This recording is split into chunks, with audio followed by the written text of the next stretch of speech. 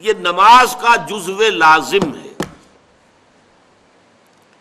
اصل نماز یہی ہے. یہ تو بعد میں آپ کو ایک حدیث قدسی سناؤں گا انشاءاللہ، اگلا جو درس ہوگا اس کے حوالے سے بہت سی باتیں واضح ہوں گی. اس وقت یہ ہے کہ اصل نماز یہی ہے، یہ سورہ فاتحہ.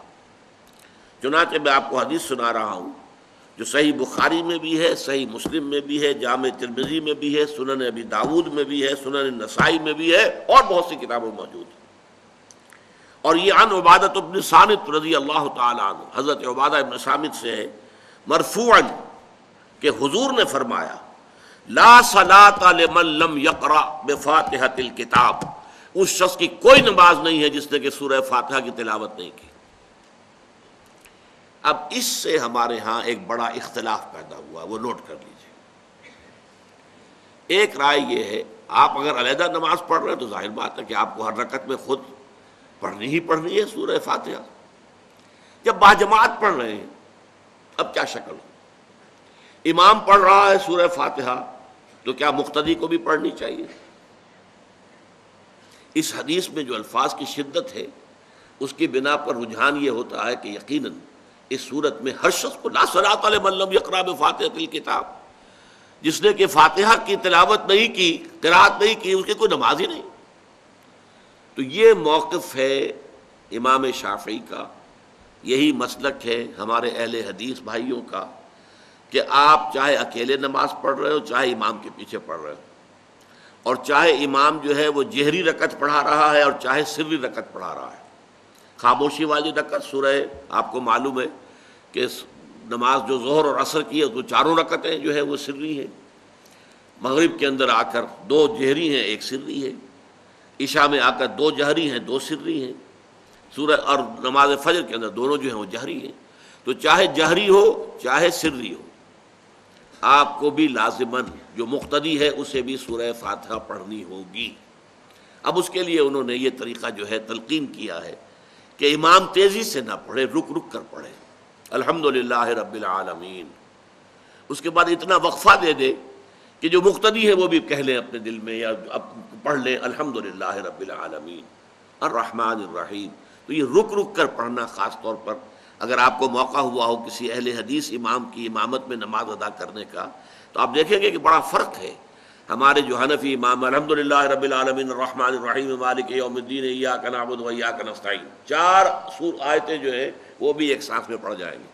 لیکن یہ کہ عام طور پر جو اہل حدیث حضرات ہیں وہ رک رک کر ٹھہر ٹھہر کر پڑھتے ہیں، ترتیل کے انداز میں پڑھتے ہیں. یا پھر دوسری شکل انہوں نے ایک اور کی ہے. یہ آپ سعودی عرب میں جب کبھی نماز پڑھیں گے اور آپ پڑھی ہو آپ نے، تو وہاں آپ دیکھیں گے کہ امام جو ہے وہ سورہ فاتحہ پڑھنے کے بعد کوئی 1 منٹ جو ہے خاموش رہتا ہے تاکہ آپ اب جو مقتدی ہیں وہ اس وقفے میں وہ اب سورہ فاتحہ پڑھ لیں. پھر وہ قرات کرے گا، کوئی اور آیات اس نے شامل کرنی ہے تو بعد میں شروع کرے گا، درمیان میں وقفہ ہوگا. لیکن ایک مسلک یہ ہے، اور یہ مسلک جو ہے یہ در حقیقت قرآن مجید کی ایک آیت کے اوپر مبنی ہے.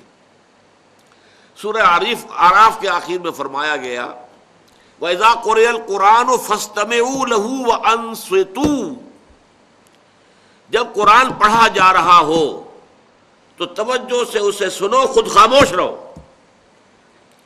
اب یہ قرآن مجید کی آیت ہے. اس کے بنا پر ایک رائے یہ ہے کہ آپ امام کے پیچھے سورہ فاتحہ نہیں پڑھیں گے. پڑھا جا رہا ہے سنو اس کو، خود خاموش رہو. اور اس کے لیے وہ دلیل دیتے ہیں کہ یہ شکل ایک وفد کی سی ہے.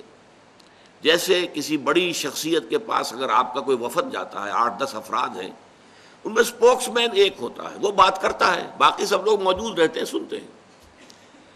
اسی طریقے سے امام جو ہے وہ گویا کہ آپ کا نمائندہ ہے اور وہ پڑھ رہا ہے الحمدللہ رب العالمین الرحمن الرحیم مالک یوم الدین. تو امام کی قرات ہی آپ کی بھی قرات ہو گئی. گویا کہ اس آیت سے، اس حدیث سے اختلاف نہیں ہے، اس کی تعبیر سے اختلاف ہے کہ امام کا قرات کر لینا در حقیقت مقتدیوں کی طرف سے بھی قرات ہے. اس میں جو حنفی مسلک ہے وہ بہت سخت ہے، اور وہ یہ ہے کہ چاہے سری نماز ہو اور چاہے جہری ہو، ہر کسی بھی حالت میں مقتدی جو ہے وہ سورہ فاتحہ نہیں پڑھے گا. اب اس میں ذرا سا سوال پیدا ہوتا ہے کہ جہری رکعت میں تو اس آیت کا اطلاق ہو جائے گا کہ وَإِذَا قُرِئَ الْقُرْآنُ فَاسْتَمِعُوا لَهُ وَأَنصِتُوا، سری میں تو اس آیت کا اطلاق نہیں ہوتا۔ بہرحال یہ مسلک ہے امام شافعی کا، ایک انتہا پر ہے، ہر صورت میں سری ہو یا جہری ہو آپ کو پڑھنی ہی پڑھنی ہے، اور امام ابو حنیفہ دوسری انتہا پر ہیں کہ چاہے سری ہو چاہے جہری ہو کسی شکل میں نہیں پڑھنا۔ امام مالک کا مسلک ہے درمیان میں، اور میں اس میں کوئی جھجک محسوس نہیں کرتا کہ میں آپ کے سامنے عرض کر دوں کہ میں اس پر عمل پیرا ہوں۔ وہ کیا ہے؟ جہری نماز میں خاموش رہو اور سنو، اس آیت کا اطلاق ہو جائے گا جب بلند آواز سے پڑھ رہا ہے امام تو پوری توجہ، فاستمعوا لہ، اپنی پوری توجہ کو اس کے سننے کے اوپر مرکوز کر دو اور خود خاموش رہو۔ سری رکعت میں البتہ جبکہ وہ بھی خاموشی سے پڑھ رہا ہے آپ بھی خاموشی سے پڑھ رہے ہیں۔ بہرحال ان چیزوں میں نے یہ سب کچھ بیان کیا ہے، تو اس سے جو میرا مقصود ہے وہ یہ ہے کہ معلوم ہو جائے کہ اس میں کوئی بڑی بنیادی بات نہیں ہے، نہ یہ کہ جو حنفی ہیں وہ اس حدیث کا انکار کرتے ہوں کہ لا صلاۃ لمن لم یقرأ بفاتحۃ الکتاب، کیسے وہ انکار کریں گے؟ اور نہ ہی کوئی جو حنبلی ہے یا اہل حدیث ہے وہ قرآن کی اس آیت کا اختلاف سے جو ہے وہ اختلاف کر سکتا ہے کہ اذا قرئ القرآن فاستمعوا له وانصتوا، لیکن یہ کہ اس کے پھر اس سے جو احکام کا استنباط ہے اس میں اختلاف ہو جاتا ہے، تو اس کو نہیں سمجھنا چاہیے کہ یہ کوئی بہت بڑی اہمیت والی بات ہے۔